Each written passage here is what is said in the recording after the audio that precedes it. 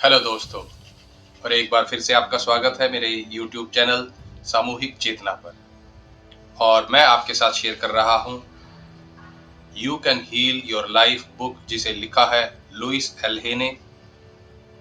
और आज मैं आपके साथ शेयर कर रहा हूँ इसका 10th चैप्टर। लेकिन अगर आपने इससे पहले के चैप्टर्स नहीं देखे हैं तो आप प्लीज़ उन्हें पहले जाके देखिए। उनका लिंक आपको ऊपर आई बटन और नीचे डिस्क्रिप्शन में मिल जाएगा। साथ ही आप मेरे दूसरे बुक्स के भी ऑडियो सुन सकते हैं, उनके लिंक भी आपको डिस्क्रिप्शन में मिल जाएंगे। तो चलिए शुरू करते हैं दोस्तों आज का ये वीडियो। इसका नाम है रिश्ते। मेरे सभी रिश्ते सद्भावनापूर्ण हैं।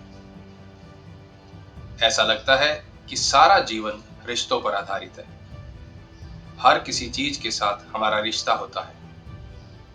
अभी आप इस ऑडियो के साथ भी रिश्ता बना रहे हैं जिसे आप सुन रहे हैं, और साथ ही मुझसे और मेरी अवधारणाओं के साथ भी। आपका वस्तुओं, भोजन, मौसम, परिवहन और लोगों के साथ जैसे रिश्ते होते हैं, वह उस रिश्ते को प्रतिबिंबित करता है जो आपका अपने साथ होता है। अपने साथ आपका जो रिश्ता है वह उन रिश्तों से अत्यंत प्रभावित होता है जो आपका बचपन में अपने आसपास मौजूद वयस्कों से था। उस समय वयस्कों ने हमारे साथ जो व्यवहार किया था, अक्सर हम अपने साथ अब वैसा ही व्यवहार करते हैं, चाहे वह सकारात्मक हो या नकारात्मक। जब आप अपने आप को फटकार रहे हों तो एक पल के लिए अपने शब्दों पर ध्यान दें। क्या वे वही शब्द नहीं हैं जो आपके माता पिता आपको डांटते समय इस्तेमाल करते थे? वे आपकी प्रशंसा करते समय कौन से शब्दों का इस्तेमाल करते थे? मुझे यकीन है कि आप अपनी प्रशंसा के लिए वही शब्द इस्तेमाल करते होंगे। शायद वे कभी आपकी प्रशंसा नहीं करते थे, इसलिए आपको यह पता नहीं है कि अपनी प्रशंसा कैसे करनी है। और शायद आप सोचते हैं कि आप में प्रशंसा के लायक कुछ भी नहीं है। मैं आपके माता पिता को दोषी नहीं ठहरा रहा हूं, क्योंकि हम सभी पीड़ितों के पीड़ित हैं। शायद वे आपको कुछ ऐसी शिक्षा नहीं दे सकते थे जिसकी जानकारी उन्हें स्वयं ना हो। सोंड्रा रे, जिन्होंने रिश्ते के ऊपर काफी काम किया है, दावा करती हैं कि हमारा हर बड़ा रिश्ता उस रिश्ते का प्रतिबिंब होता है जो हमारा अपने किसी अभिभावक के साथ रहा था। वह यह दावा भी करती हैं कि जब तक हम उस पहले रिश्ते से बाहर नहीं निकलते, हम कभी भी वह करने के लिए स्वतंत्र नहीं हो सकते जो हम अपने रिश्तों में चाहते हैं। रिश्ते हमारा प्रतिबिंब होते हैं। हम जो भी आकर्षित करते हैं वह हमेशा हमारे गुणों या उन आस्थाओं का प्रतिबिंब होता है जो हम रिश्तों के बारे में रखते हैं। यह बॉस, सहकर्मी, किसी कर्मचारी, किसी मित्र, प्रेमी, जीवन साथी या बच्चे के बारे में भी सच होता है। इन लोगों में आपको जो चीजें पसंद नहीं होती वह या तो आप स्वयं करते हैं या जो नहीं करेंगे, या जो आप मानते हैं। आप उन्हें आकर्षित नहीं कर सकते थे या उन्हें अपने जीवन में नहीं पा सकते थे यदि उनकी विशेषताएं किसी न किसी रूप में आपके अपने जीवन को अनुपूरित ना करती हो। अभ्यास, हम बनाम वे। एक पल के लिए अपने जीवन के किसी उस व्यक्ति पर ध्यान दें जो आपको परेशान करता है। उस व्यक्ति की 3 आदतों का वर्णन करें जो आपको पसंद नहीं है, जो आप चाहते हैं कि वह बदल ले। अब अपने अंदर गहराई में देखें और अपने आप से पूछें, मैं कहां पर उस जैसा हूं और कब मैं वही चीजें करता हूं। अपनी आंखें बंद करें और अपने आप को यह करने का समय दें। फिर अपने आप से पूछें कि क्या आप बदलना चाहते हैं। जब आप इन विचारों, आदतों और धारणाओं को अपनी सोच और व्यवहार से निकाल देते हैं, तो या तो वह दूसरा व्यक्ति बदल जाएगा या वह आपके जीवन से चला जाएगा। यदि आपका बॉस सबकी आलोचना करने वाला है और उसे खुश करना असंभव है, तो अपने अंदर देखें।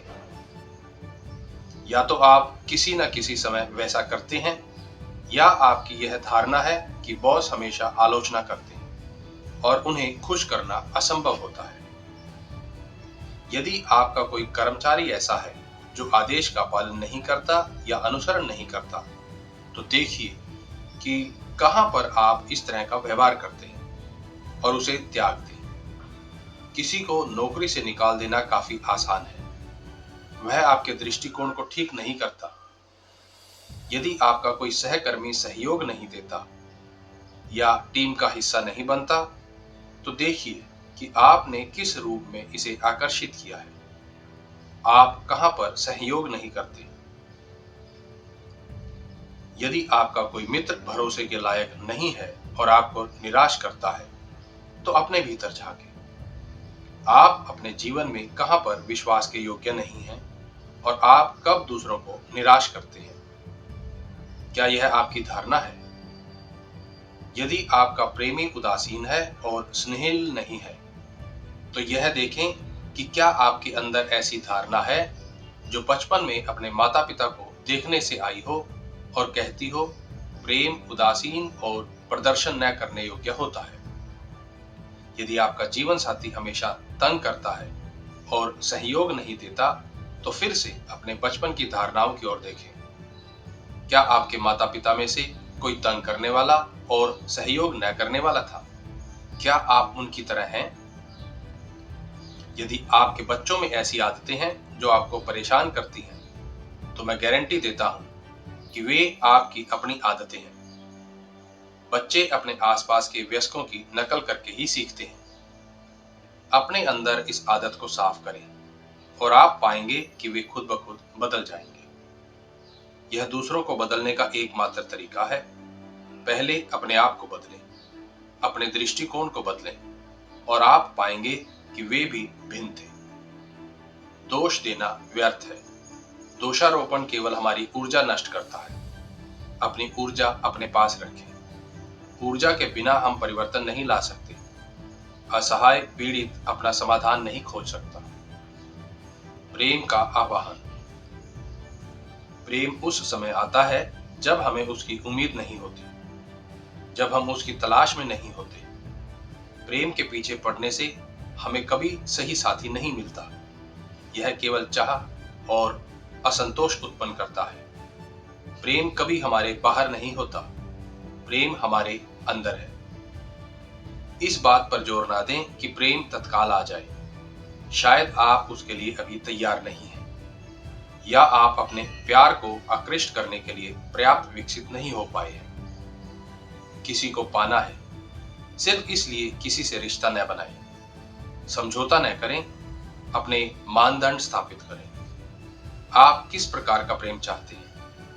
अपने गुणों की सूची बनाएं और आप ऐसे व्यक्ति को आकृष्ट करेंगे जिसमें वे गुण होंगे। आप इस बात की जांच कर सकते हैं कि कौन सी चीज प्रेम को दूर रख रही है। क्या वह आलोचना हो सकती है, अयोग्य होने की भावनाएं, अनुपयुक्त मानदंड, सिनेमा स्टार की छवि, अतरंगता का भय, ऐसी धारणा कि आप प्रेम के योग्य नहीं हैं। जब प्रेम आए तो उसके लिए तैयार रहें। आधार तैयार करें और प्रेम को पोषित करने के लिए तैयार हो जाएं। स्वयं प्रेम करें और आपको प्रेम मिलेगा। प्रेम के प्रति मन खुला रखें और उसका स्वागत करें। जीवन की अनंतता में जहां मैं हूं, सब कुछ संपूर्ण और परिपूर्ण है। मैं उस हर किसी के साथ सद्भावना और संतुलन रखता हूं जिसे मैं जानता हूं। मेरे अस्तित्व के केंद्र की गहराई में प्रेम का एक अनंत कूप है। मैं अब इस प्रेम को बाहर आने की इजाजत देता हूं।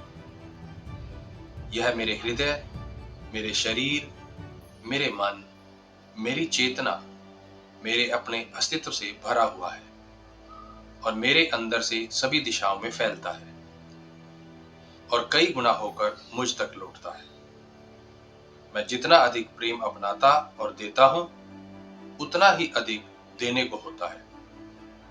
इसकी आपूर्ति अनंत है। प्रेम को अपनाना मुझे अच्छा महसूस कराता है। वह मेरी आंतरिक खुशी की एक अभिव्यक्ति है। मैं स्वयं से प्रेम करता हूँ, इसलिए मैं प्यार से अपने शरीर की देखभाल करता हूँ। मैं प्यार से उसे पोषणकारी भोजन और पेय देता हूँ। मैं प्यार से उसे सजाता व संवारता हूँ और मेरा शरीर स्वस्थ और ऊर्जा के साथ मुझे प्रतिक्रिया देता है। मैं स्वयं से प्रेम करता हूँ, इसलिए मैं स्वयं को एक आरामदेह घर देता हूँ जो मेरी सभी जरूरतों को पूरा करता है और उसमें रहना खुशी की बात होती है। मैं प्रेम के स्पंदन से सभी कमरों को भरता हूँ ताकि इसमें आने वाला हर कोई, मैं भी, इस प्रेम को महसूस कर सके और उससे पोषित हो सके। मैं स्वयं से प्रेम करता हूँ, इसलिए मैं ऐसी नौकरी करता हूँ जिसे करते हुए मुझे खुशी होती है, जो मेरी रचनात्मक प्रतिभाओं और क्षमताओं का इस्तेमाल करता है। उन लोगों के साथ और उनके लिए काम करना चाहता हूँ जिन्हें मैं प्रेम करता हूँ और जो मुझे प्रेम करते हैं, और एक अच्छी आय अर्जित करते हुए मैं खुश हूँ। मैं स्वयं से प्रेम करता हूँ, इसलिए मैं प्यार से सोचता हूँ और सभी से प्रेम से व्यवहार करता हूँ, क्योंकि मैं जानता हूँ कि मैं जो देता हूँ वह कई गुना होकर मेरे पास लौटता है। मैं अपनी दुनिया में केवल स्नेही लोगों का आवाहन करता हूँ, क्योंकि वे मेरा एक प्रतिबिंब ही है। मैं स्वयं से प्रेम करता हूँ, इसलिए मैं पूरी तरह से आज में जीता हूँ, हर क्षण को अच्छा महसूस करते हुए और यह जानते हुए कि मेरा भविष्य उज्जवल और आनंदमय और सुरक्षित है। मैं विश्व का एक प्यारा बच्चा हूँ और विश्व प्यार से अभी और हमेशा मेरी देखभाल करता है। मेरी दुनिया में सब कुछ अच्छा है। तो दोस्तों, ये था आज का चैप्टर। यहीं समाप्त होता है ये। उम्मीद करता हूँ कि आपको ये पसंद आया होगा। अगर आपको ये पसंद आया तो मेरे इस वीडियो को लाइक करें, मेरे चैनल को सब्सक्राइब करें और इसे दूसरों के साथ भी शेयर करें। तो मिलेंगे दोस्तों अब अगले वीडियो में इसी बुक से नेक्स्ट चैप्टर के साथ। मेरे साथ एंड तक जुड़े रहने के लिए बहुत बहुत धन्यवाद।